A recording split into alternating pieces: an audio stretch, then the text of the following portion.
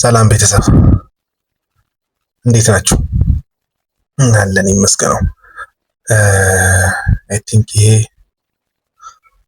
ሶስተኛ ቪዲዮ ነው። ዛሬ ማውራችሁ ስለሌላ ነገር ነው፣ ግን ሁለት ቪዲዮ ሰርቼ ተበላሽቶብኝ አይነት ነገር። ዛሬ ማውራችሁ ነገሮች ወይም ላወራችሁ ያሰብኩት ነገር ስለምንድን ነው? አብዛኞቻችን ከሆነ ችግር የምንወጣበትን መንገድ በደንብ ተረድተነዋል ብዬ አላሰብኩም። ወይም ደግሞ የሆነ ችግር አለብን፣ መውጣት ያቃተን፣ ማሸነፍ ያቃተን ወይም ማለፍ ያቃተን ችግሮች አሉ።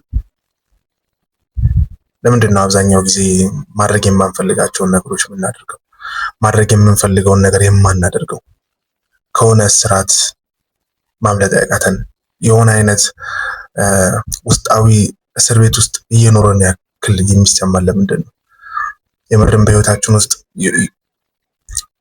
ከማንፈልጋቸው ችግሮች ነፃ እንዳልወጣን የሚሰማን ለምንድን ነው?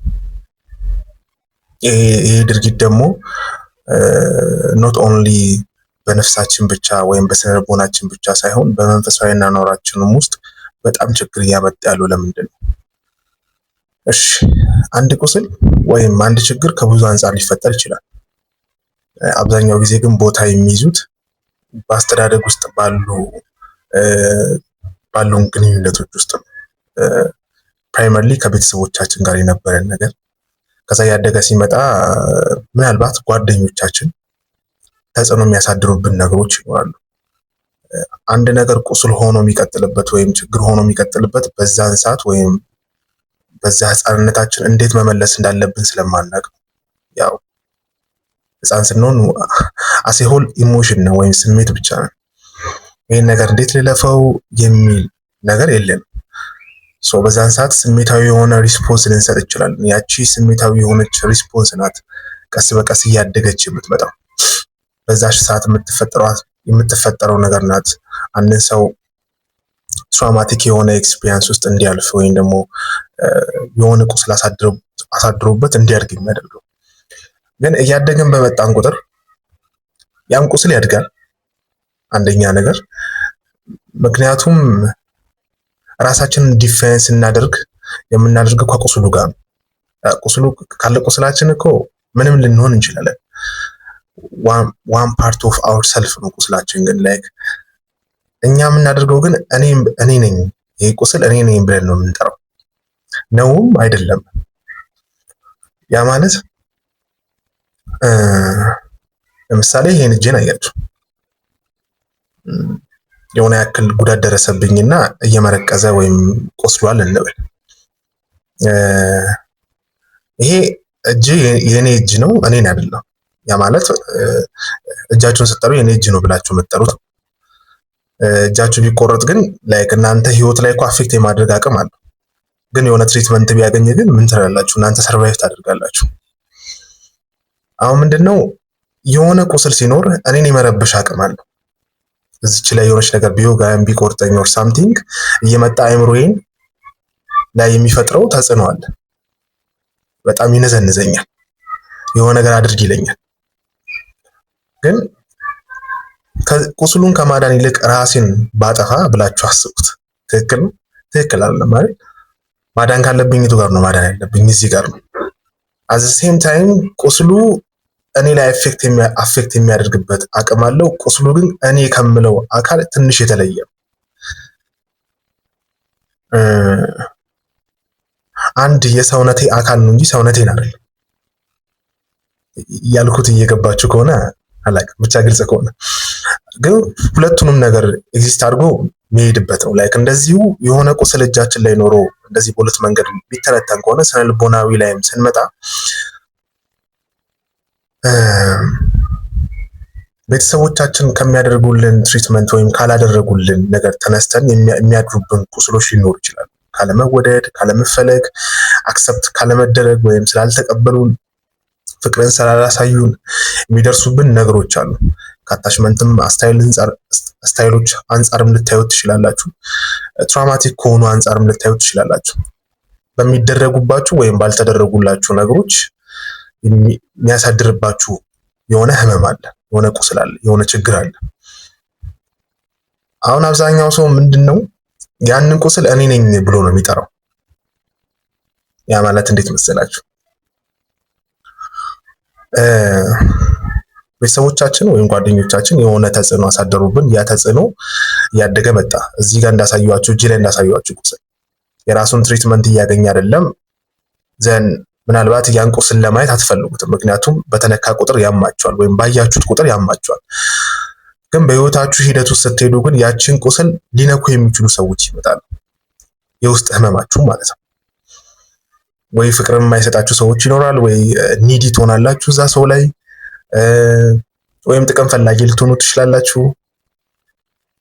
ከዛም ያለፉ ፐርሰናሊቲ አይነት ችግሮች ውስጥም ልትገቡ ትችላላችሁ። ግን አንድ ሰው ችግር ውስጥ ሲገባ ችግሩን ነኝ ብሎ መጥራት የለበትም።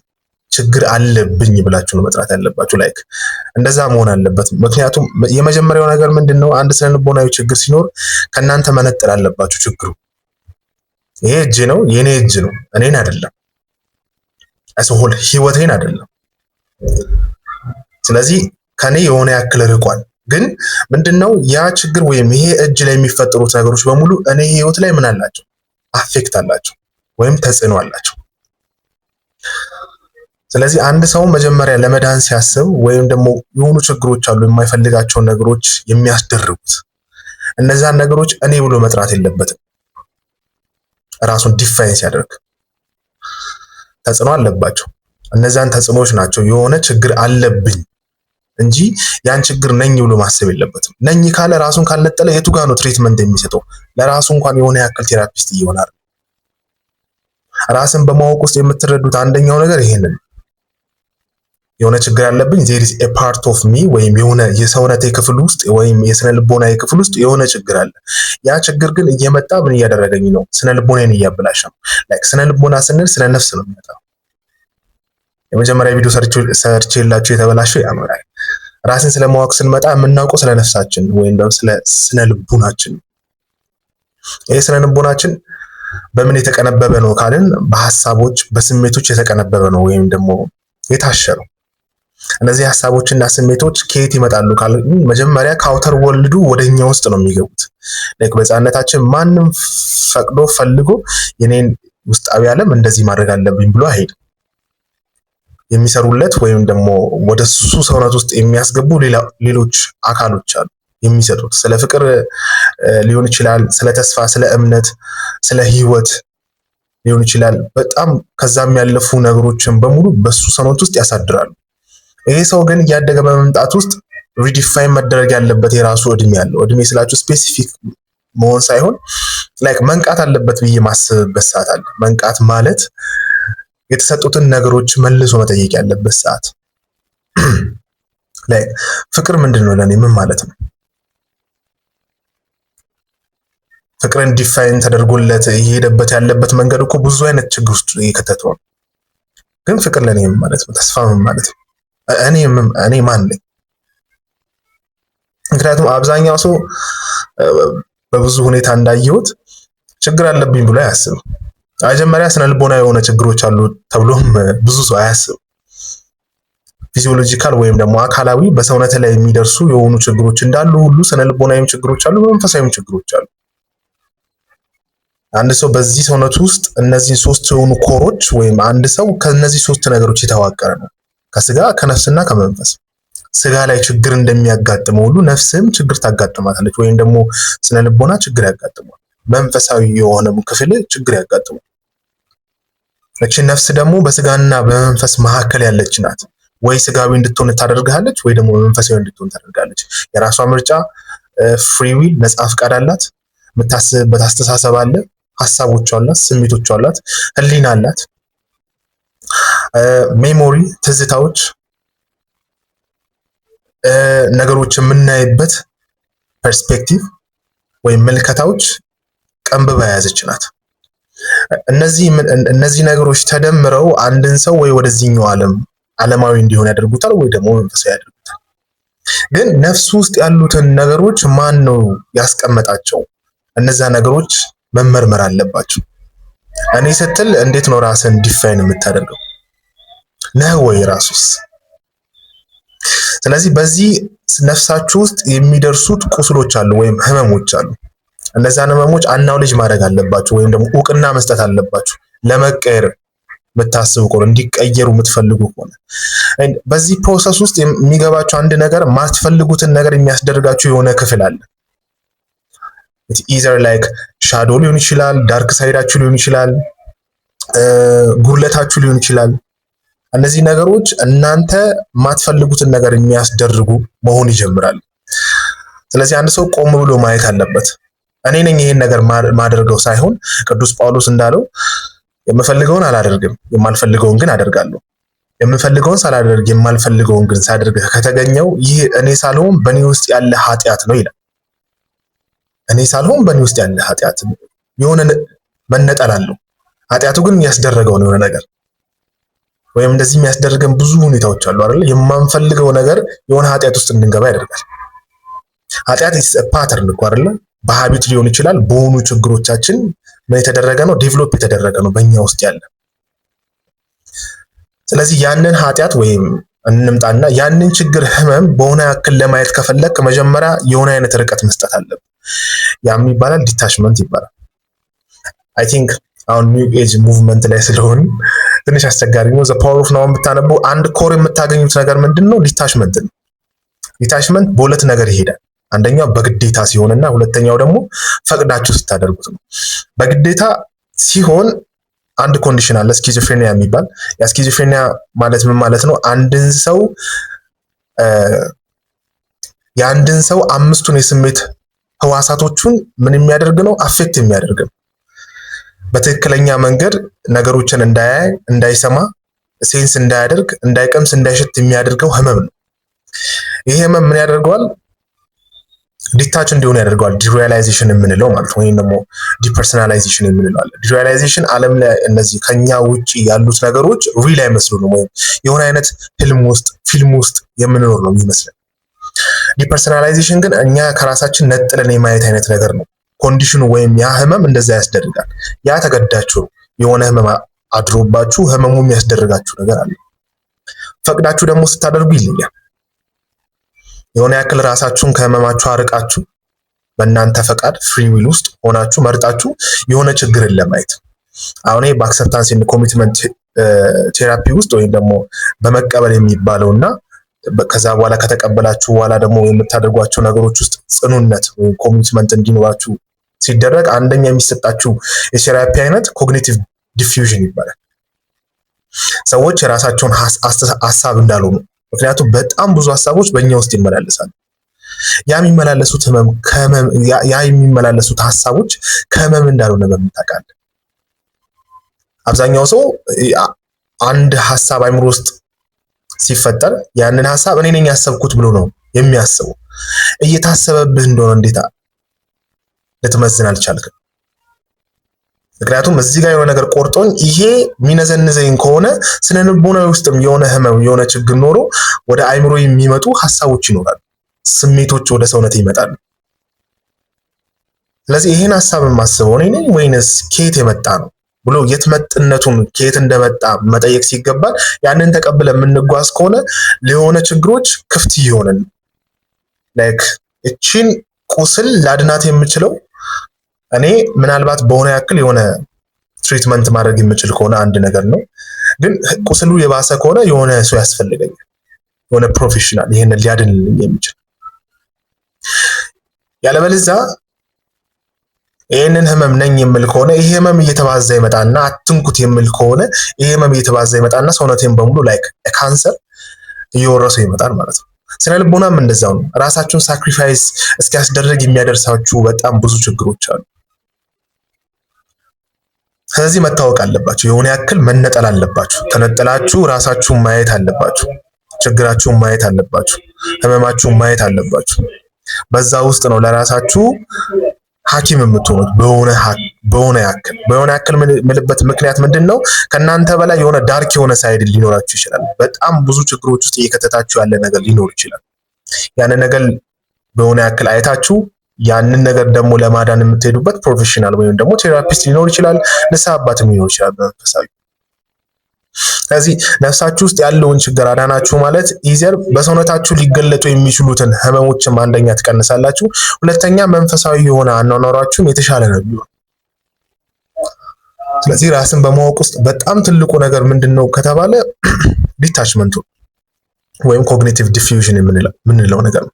እናንተ ሀሳባችሁን ስሜታችሁን አይደላችሁ። ምክንያቱም ሀሳቦችና ስሜቶች ላይክ እኛ እስቲ በቀን ውስጥ ምን ያክል ሀሳብ ሆን ብለን አስበን እናውቃለን? በጣም ሃርድ ነው አይደል? ከባድ ነገር ነው። ምክንያቱም በእኛ አይምሮ ውስጥ በቀን ውስጥ በጣም ብዙ ሺህ ሀሳቦች ይመጣሉ። እነዚህ ሀሳቦች ከየት ነው የመጡት? መታወቅ አለባቸው። ልትረዱት ግድ ነው። ምክንያቱም መጨረሻ ላይ እየተቀበላችሁት በመጣችሁት ቁጥር መጨረሻ ላይ ራስን አጥፋ ቢል ያንን ያሰብከው ሀሳብ አንተ እንደሆንክ ታስብና የአክሽን ውስጥ እንድትገባ ታደርጋለህ። ያ ስሜት ይነዳሃል። እዚህ የመጀመሪያው ነገር ምንድነው? ችግር አለ። አዎ ስነ ልቦናዊ የሆኑ ችግሮች ዓለም ላይ አሉ። አንተ ያለብህ ችግር ምንድነው? ያንን ችግር እውቅና መስጠት አለብህ። እውቅና የምትሰጠው ለማዳን ነው። መዳን አለበት። ስለዚህ ለመዳን ደግሞ የምትጠቀማቸው ሂደቶች፣ መንገዶች ሊኖሩ ይችላሉ። አንተ ብቻ ለአንተ መድኃኒት ላትሆን ትችላለህ። ሌሎች ሰዎችም እኔና ወዳጄ በጣም ብዙ ጊዜ ነገሮችን ስናወራ ፐርሰናላይዝ አናደርገው። ላይክ አንተ አይደለህም፣ የሆነ ክፍል ግን የሆነ ነገር እያስደረገ ነው እና he will see it ወይም ደግሞ እኔ አየዋለሁ ነገሩን፣ ወይ እሱ ያይልኛል፣ ይነግረኛል።